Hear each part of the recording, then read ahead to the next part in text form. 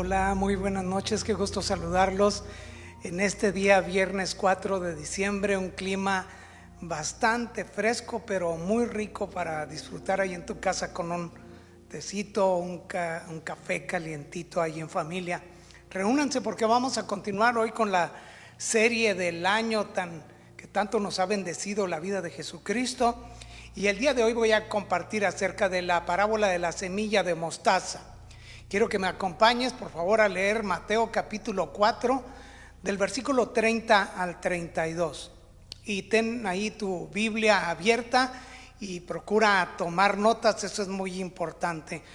Aprovecho para enviarle un saludo con mucho amor y cariño a mi mamá, que siempre fiel, ahí está, frente al televisor, escuchando a su hijo favorito, al hijo que más quiere y que ama en esta vida. No se crean, a todos sus hijos los ama. Y a mi querida esposa, a todos los hermanos en la fe, reciban un saludo.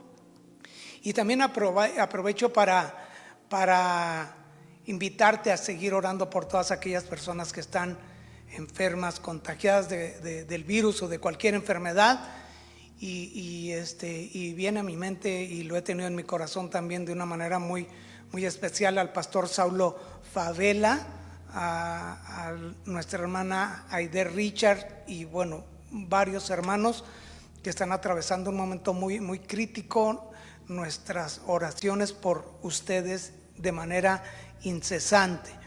Leemos lo que dice la palabra. Jesús dijo: ¿cómo puedo describir el reino de Dios? ¿Qué relato emplearé para ilustrarlo? Es como una semilla de mostaza sembrada en la tierra. Es la más pequeña de todas las semillas, pero se convierte en la planta más grande del huerto. Sus ramas llegan a ser tan grandes que los pájaros hacen nidos bajo su sombra. Jesús regularmente estaba familiarizando a sus seguidores con muchas características acerca del reino de Dios. Por medio de las parábolas, Él trató de describir esas facetas particulares, individuales, acerca del gobierno real de Dios. Por eso, cuando introduce sus parábolas, siempre utiliza la frase: el reino de los cielos es como, y es una comparación. Jesús contó dos parábolas para mostrar el asombroso crecimiento del reino de Dios, y es la parábola de la semilla de mostaza y la de la levadura. Estas dos forman un dúo y son realmente dos caras de una misma moneda. Pero te repito, el día de hoy estaré compartiendo acerca de la parábola de la semilla de mostaza. Así que vamos a estar desde el versículo 30. Y dice: ¿cómo puedo describir el reino de Dios? ¿Qué relato emplearé para ilustrarlo? Es como una semilla de mostaza sembrada en la tierra. La parábola básicamente significa una comparación. Y hemos dicho entre varias cosas acerca de las parábolas que son una narración corta, un relato, una historia, para enseñar una verdad moral o espiritual. Y aquí Jesús usa un ejemplo de la vida cotidiana, siendo la actividad agrícola una de las mayores, más comunes en Palestina. El relato que Jesús les cuenta les sonó muy familiar a los oyentes. De hecho, en los tiempos de Jesús, la mayoría de las familias tenía su propia parcela o un pequeño huerto. Así que el versículo 31 dice: es como una semilla de mostaza sembrada en la tierra. Esta es una parábola más en la que Jesús ilustra el reino de Dios como una semilla. Y lo vimos en la parábola del sembrador, en la del trigo y la cizaña, y en el de la semilla que crece de una manera misteriosa. Pero hay algo que hace diferente a esta parábola del resto de los demás. Y es que aquí sí se especifica que semilla es la de mostaza, a diferencia de la de trigo que es narrada en las otras. Jesús, en la parábola del sembrador, nos dice que la semilla es la palabra de Dios. En la parábola del trigo y la cizaña nos dice que la semilla son los hijos del reino. Aquí la figura de la semilla representa el poder del evangelio y su expansión e influencia donde es sembrada. Marcos dice que la semilla de mostaza fue sembrada en la tierra. Mateo dice que en el campo y Lucas nos dice que en un jardín. De acuerdo al contexto, la semilla del evangelio es sembrada ya sea en un corazón, en una familia o en una pequeña comunidad de tierra fértil. Versículo 31, ahí estamos. Nos dice que es la más pequeña de todas las semillas. De las plantas que con propósitos agrícolas crecían en el siglo I en Israel, la de la mostaza tenía la semilla más pequeña. Ahora, es importante mencionar que había otra semilla más pequeña que la semilla de mostaza y era la semilla de orquídea. Pero debemos recordar y tener presente que la semilla de mostaza era la más común. Ahora, en estos días hemos escuchado de una semilla súper pequeñita llamada tef. Y escucha, 3,000 granos de esa semilla apenas pesan 1 gramo. Cuando Jesús utiliza el que es la más pequeña de las semillas, cuando no lo era precisamente, es que Jesús quiere enfatizar algo que es muy importante y que vamos a mencionar más adelante. Ahora, en Palestina se usaba proverbialmente el grano de mostaza como la cosa más pequeña que se podía imaginar. Por ejemplo, una fe como un grano de mostaza quiere decir la cantidad más pequeña imaginable de fe. Ahora, esto nos recuerda a Jesús como el ejemplo vivo por excelencia de un comienzo humilde en todo sentido. Nació en un establo, tuvo una crianza humilde y para entenderlo de una manera más gráfica, él no tenía un lugar donde recostar su cabeza. Y bueno, ¿y qué acerca de los apóstoles? Hechos 4:13 nos dice: los miembros del concilio quedaron asombrados cuando vieron el valor de Pedro y de Juan, porque veían que eran hombres comunes sin ninguna preparación especial en las escrituras. También los identificaron como hombres que habían estado con Jesús. Había una evidencia visible de que tenían comunión con Jesús. Leamos el versículo 32. Es la más pequeña de todas las semillas, pero se convierte en la planta más grande del huerto. Ahora, algo más. La semilla de mostaza mencionada aquí hace una referencia a la semilla de mostaza negra que tiene el tamaño de la cabeza de un alfiler, pero alcanza una altura de 8 a 12 pies de altura. Estamos hablando aproximadamente de 2,5 metros a 3 metros 70, enfatizando. Ahora, algunas de las veces llegaba a alcanzar una altura hasta de 5 metros en pocas semanas. Puede parecer un árbol, pero técnicamente no lo es. Mateo 13:32 dice que la planta crece hasta llegar a ser un árbol, aunque no lo era porque daba la apariencia por el tamaño de la planta como un árbol.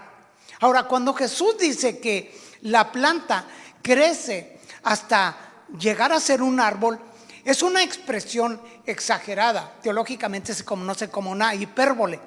Pero aquí lo que está haciendo Jesús es que está enfatizando la diferencia entre la pequeñez de la semilla y la magnitud de la planta. Y nota el contraste: la más pequeña de las semillas con la más grande de las plantas. Hay un contraste y eso es lo que Jesús quiere enfatizar.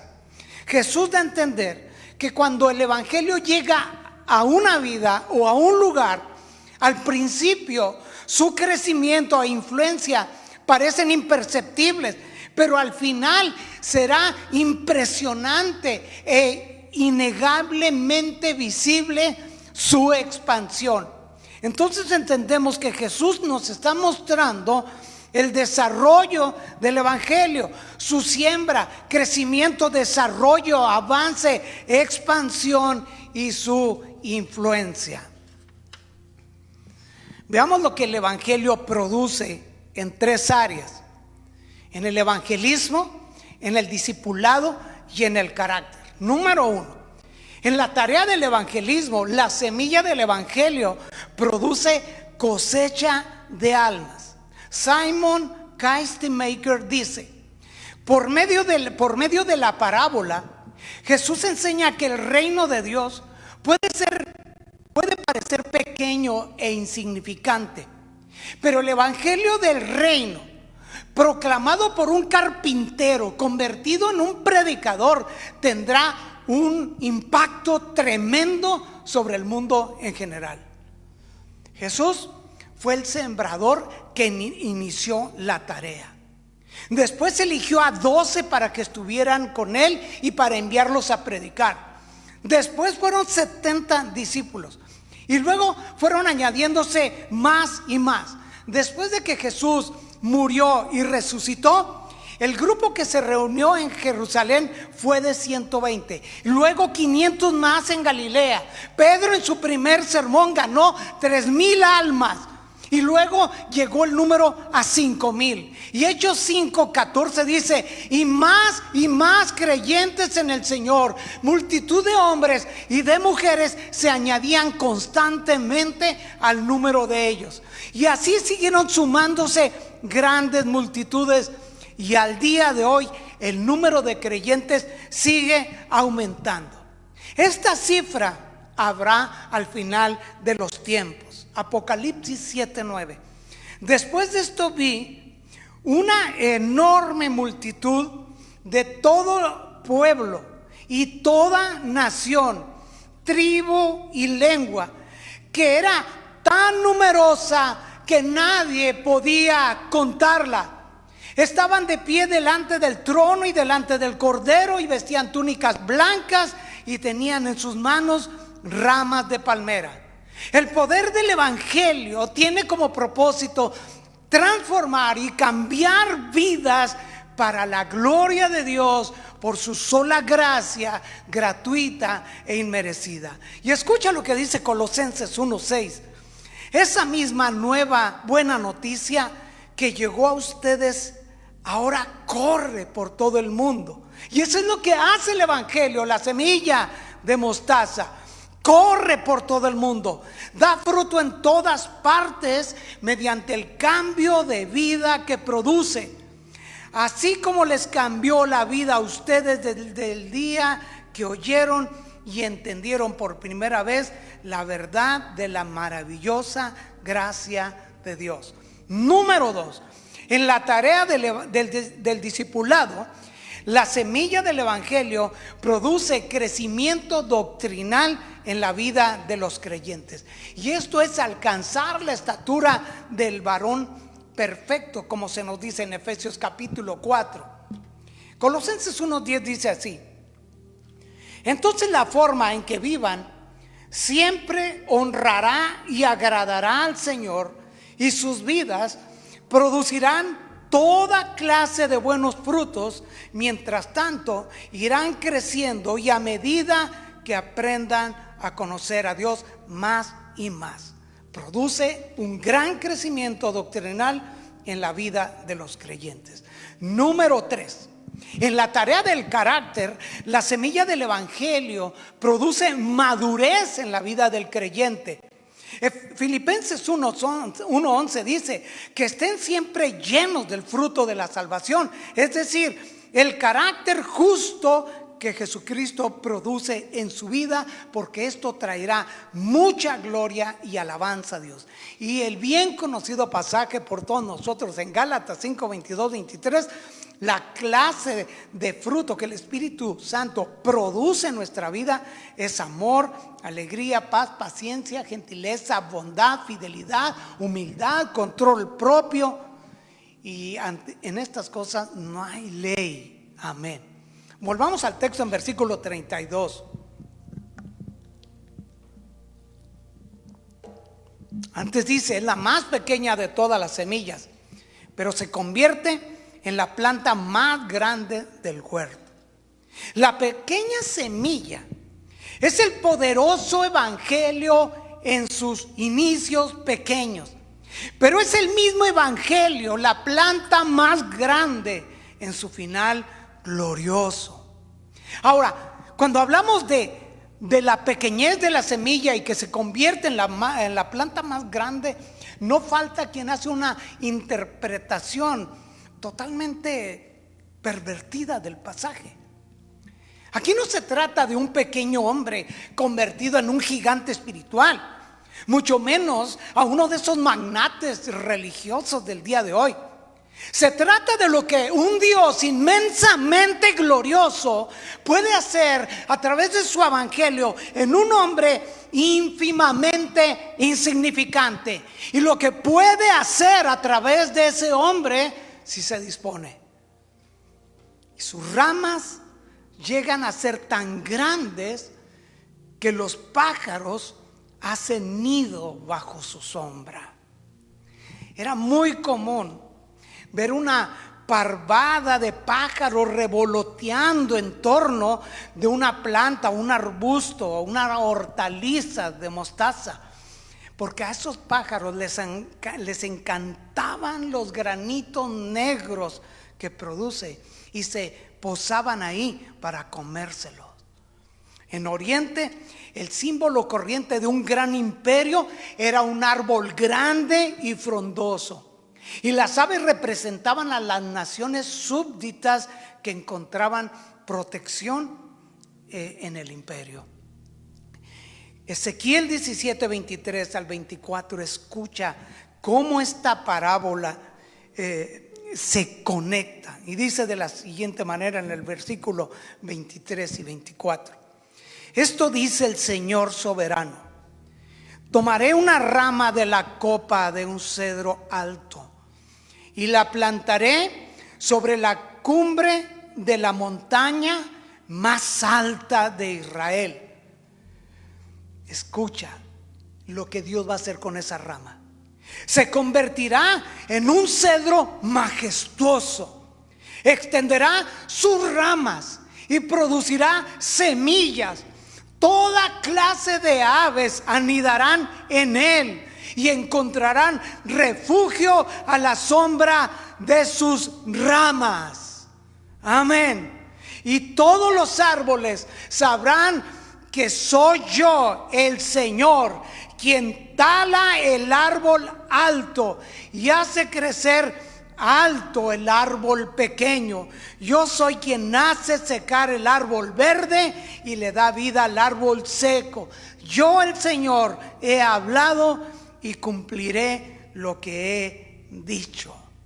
El árbol es el resultado de lo que hace el evangelio donde es sembrado.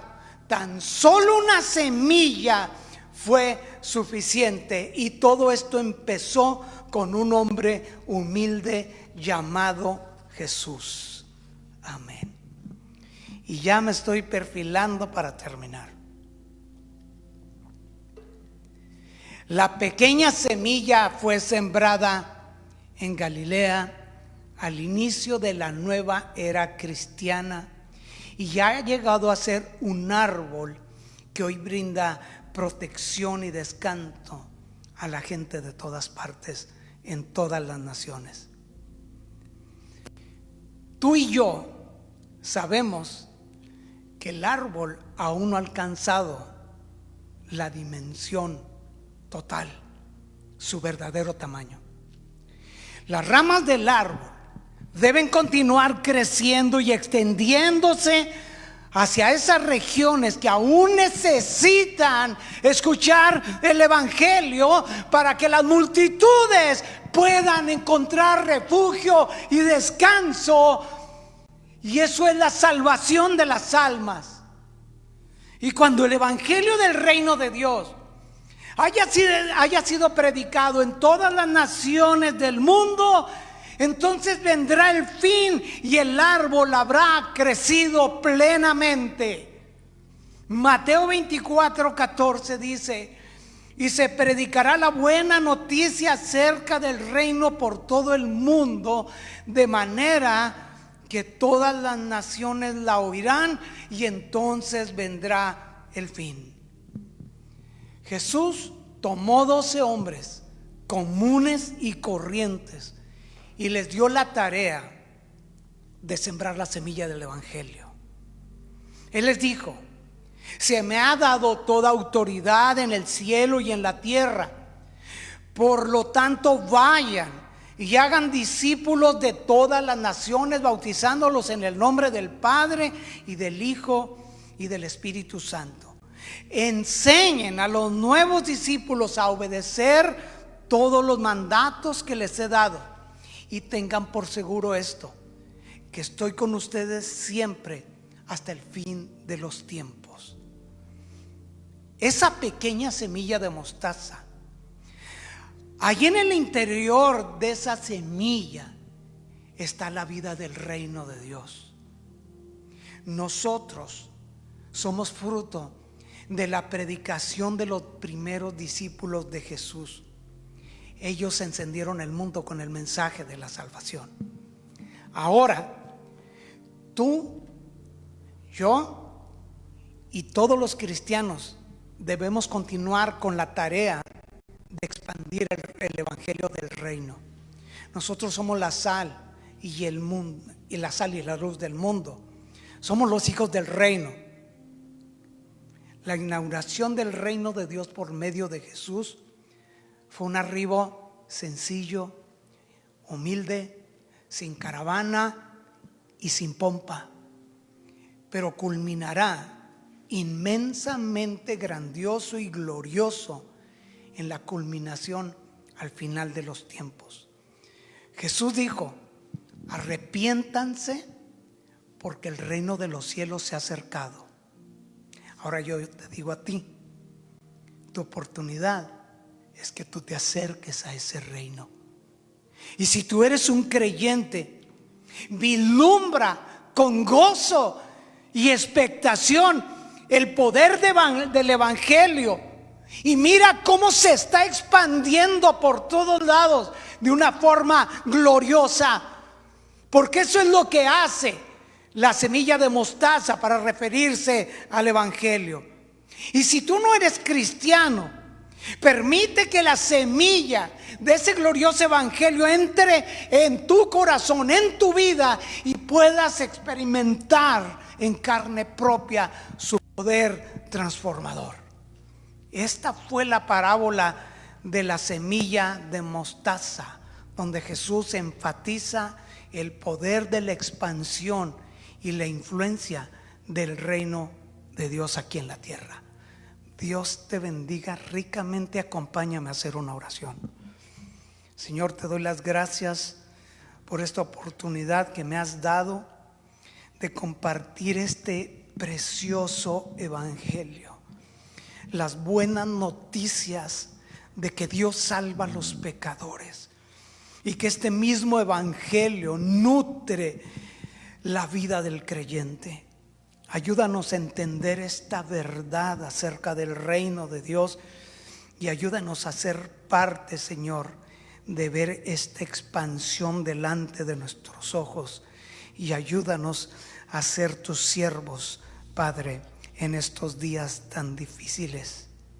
Te doy las gracias. Bendice a todas las personas que se unieron a esta transmisión. Todo esto te lo pido con acción de gracias en el nombre de Jesús. Amén. Que tengas una muy bonita y bendecida noche. Dios te bendiga.